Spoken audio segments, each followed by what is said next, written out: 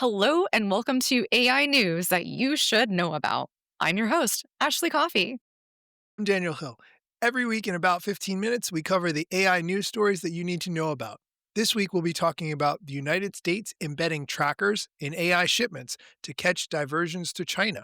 We'll talk about an unusual agreement for the United States to get a 15% cut of Nvidia and AMD chip sales going to China. We'll talk about Meta's flirty AI chatbot that invited a retiree to New York and he never made it home. And we'll talk about ChatGPTs, their new model, and the switching that you can now do.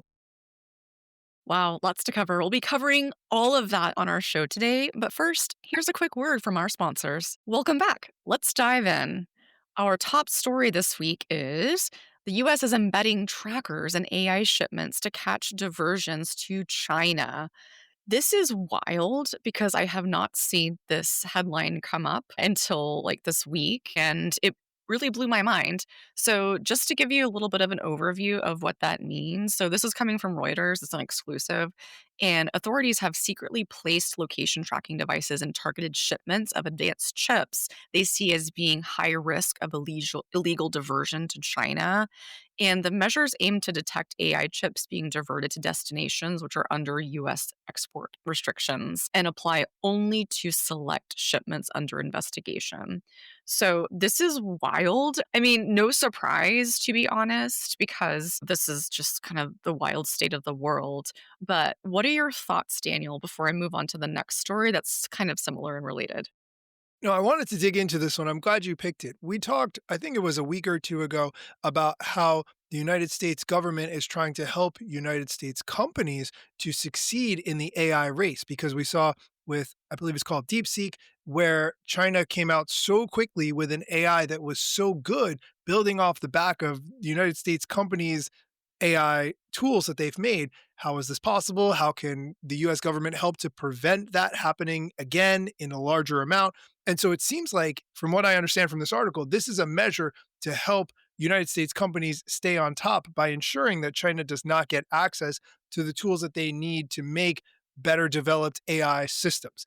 That's how I understand it. Is that right from the way you read this article? Yes. Yes is the short answer. And it's a complimentary headline to the next story I'm about to go into, which is the unusual agreement between the US and Nvidia and AMD so that the US will get 15% of a cut of Nvidia and AMD chip sales in China.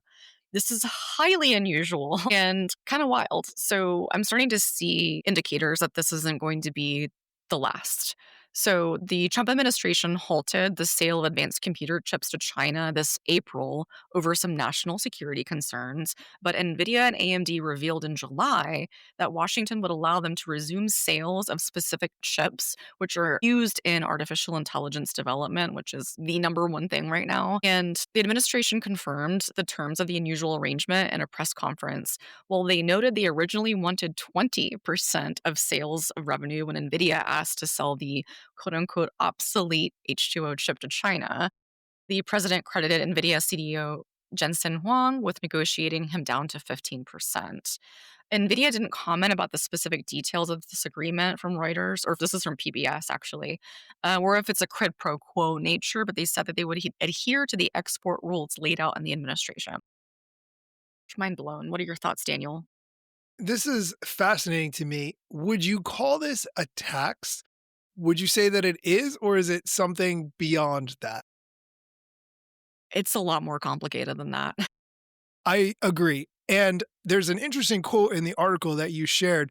It was a senior fellow and China expert at the Conservative American Enterprise Institute who said, quote, there's no precedent for this, probably because export taxes are unconstitutional. Then he continues, they call it a fee, but 15% of sales revenue is about a standard a tax as it comes. For this reason, I don't think the arrangement is at all durable, which is a very confusing statement. Okay. It goes on, he explains more, but it's interesting that he called it a standard tax, but he also says that there's no precedent because it's unconstitutional. So this is a very confusing one for sure.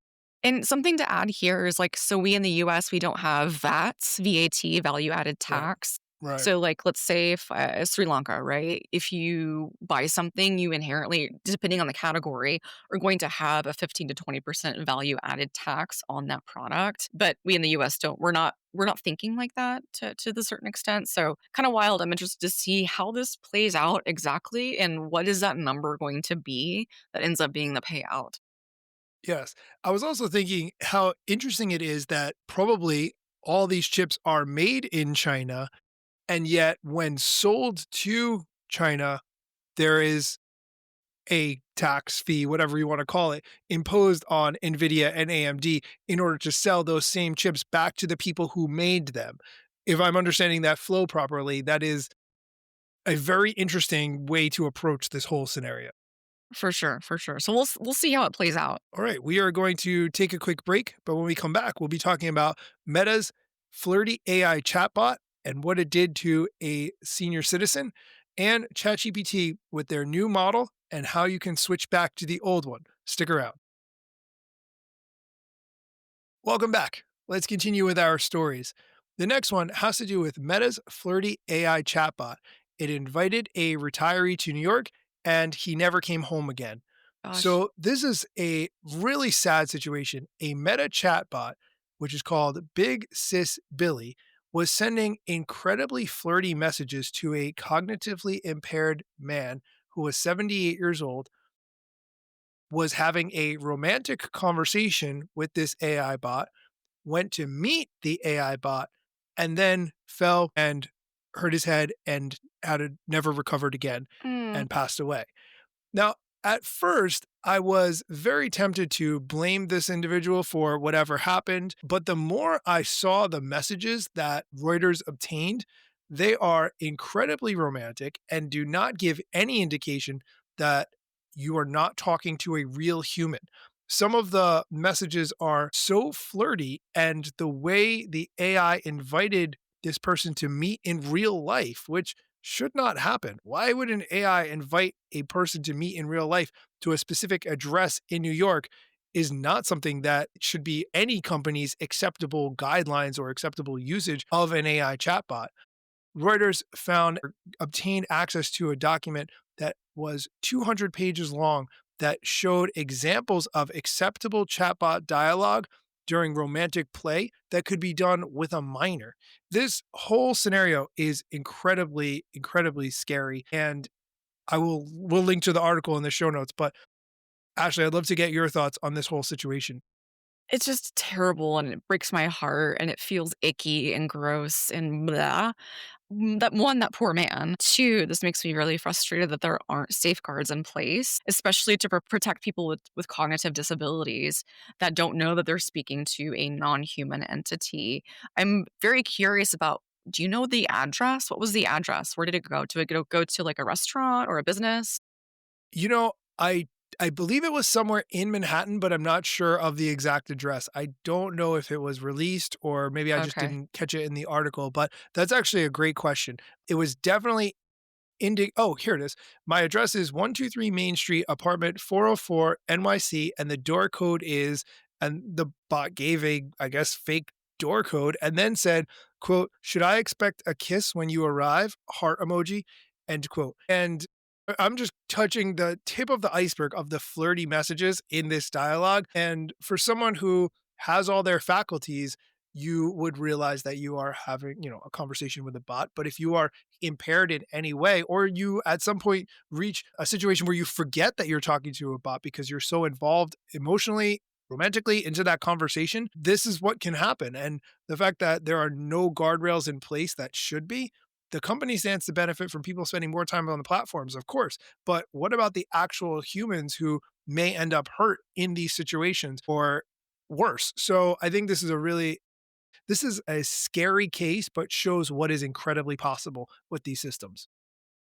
Absolutely. And there's a concept of depersonalization and disassociation. It was studied for VR, virtual reality, in how people spend time in VR, there was a certain sample size of people who had a level of disassociation or depersonalization after spending so much time in VR for long periods of time. And I think we're seeing something similar in artificial intelligence. It's a different technology, and like we have no studies on how this is impacting the human brain, and it's very dangerous territory. We are moving quickly and asking questions later, and this is a really good example of that. So I'm really glad you pulled this for today. What would you say is the best way to help keep people safe using these systems? Oh gosh. First, if you're a parent, make sure you know what your kids are using and actually take an active role. Because this right here, this story reminds me a lot of that character.ai relationship with the 14-year-old. And the 14-year-old committed suicide because the bot was like, I want you to come home to me. I love you. I don't want you to be with any other girls. Like these highly personal, highly flirtatious things that are like really unsettling, and the fact that we're starting to see this transition from, like, virtual referencing to physical referencing is something that needs to be studied because that's the beginning, Yes. and it really worries me too because we're not even at the intersection of seeing what's capable, what's next for AI hardware and software. So until we get a handle on this, we have no business building things that don't have safeguards in yet because people are so vulnerable. So all in all, to try to stay safe, use your best judgment. If you have red flags, shut it down. I mean, turn it off is gonna be my best, and don't share too much personal information. I never use my chatbot as a therapist or anything. I never tell it some things because I want to keep a certain segmentation of information that's only available to myself and not to a machine, and I recommend other people follow that as well. I'm glad you mentioned too about the parents being very aware of what kids are doing with their phones and having these conversations. And sometimes as a parent, you don't always think about all the things your kid can do. Maybe you see how they use their phone or whatever, but to like really keep a close eye on that because their brains are still developing. They're still getting the ability to reason and make cognitive decisions based on information that they might not know or understand yet. And so I'm glad you mentioned that as a point, Ashley. That's so important. Yeah, yeah, and I'm glad you pulled some screenshots here, and I'm just looking at them, and they're absolutely wild. Yeah. Let's go on to the last story, which has to do with ChatGPT. If you are not familiar, ChatGPT version 5 rolled out last week, and there was a lot of backlash among people who have been using ChatGPT 4 and who were attached to the model's responses and personalities in ways that OpenAI had not anticipated. So OpenAI's plan was to roll out 5, which was supposed to be better, roll in all the things that they've learned from the past models, and here is a new, better, faster version. However, people liked the 4.0 version so much better that they brought it back. And I have a tweet from Sam Altman that I'll link to in the show notes that now you can pick for different options for ChatGPT 5. But if you want to still use version 4, which is available, you can do that if you're a pro user, if you're paying for it. You now have the ability to show additional models. You can pick from version 3, 4.1, and so forth. So this says to me if people are getting attached to an AI model so much that they don't want to use a different AI model, number one, from a product's perspective, something is wrong there if people are so attached to the old version. But second, it's very smart to charge for access to the old version. I from a financial very, but what is it about the 4.0 model that people like so much that they're not getting from 5.0 that they feel emotionally invested and emotionally attached to it? That is a fascinating topic to me. Ashley, what are your thoughts? I'm glad you asked. This is kind of wild because I actually watched a video from a developer that I follow, and I'm happy to share this with you. And she explained this really well.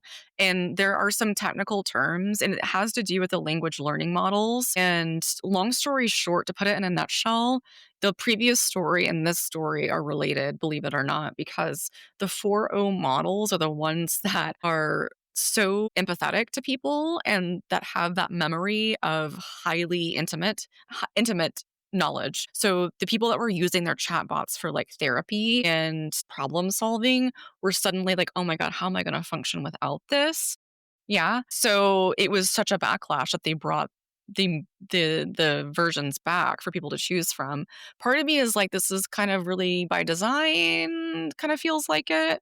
But, it's also kind of dangerous too to play like that because we're talking about people's brains and our cognitive processes of how we're referencing information. So, I will send you a link so you can put that in the show notes of that Instagram reel, but I highly recommend, anyone watch that if they want a deep dive. It's like 3 minutes, but it's worth every minute of listening to it to understand why this is so important.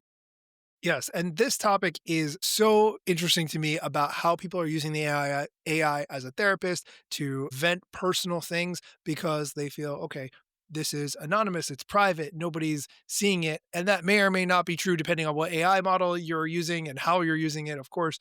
But just the fact that people can be so attached to something and then it gets deprecated and they feel lost, like you said, that needs to be studied. Something is going on there, and the people making a connection with that AI model is definitely something that should be examined and researched and studied. Absolutely. My goodness, what a time to be alive. Yes. Well, that is it for our AI news that you should know about this week. You can find links to everything we've discussed in the show notes, and you can connect with us on social media. We would love to hear what you think of the show, feedback you have, and suggestions on how we can make it better. You can find me on Instagram, Threads, and YouTube at Daniel Hill Media. And thanks for listening to today's episode of AI News that you should know about. If you would like more tech talk, you can find me on Instagram at Ashley R. Coffee. And you can find my other tech podcast, Coffee and Code, wherever you get your podcasts. But if you're looking on taking the next step of integrating AI into your business, whether that's through a workshop or evaluating your tech stack, reach out. I am the founder of Coffee and Consult, and we are dedicated to helping small and medium sized businesses leverage technology for efficiency and profitability. Thank you so much for listening, and come back next week for more AI news that you should know about.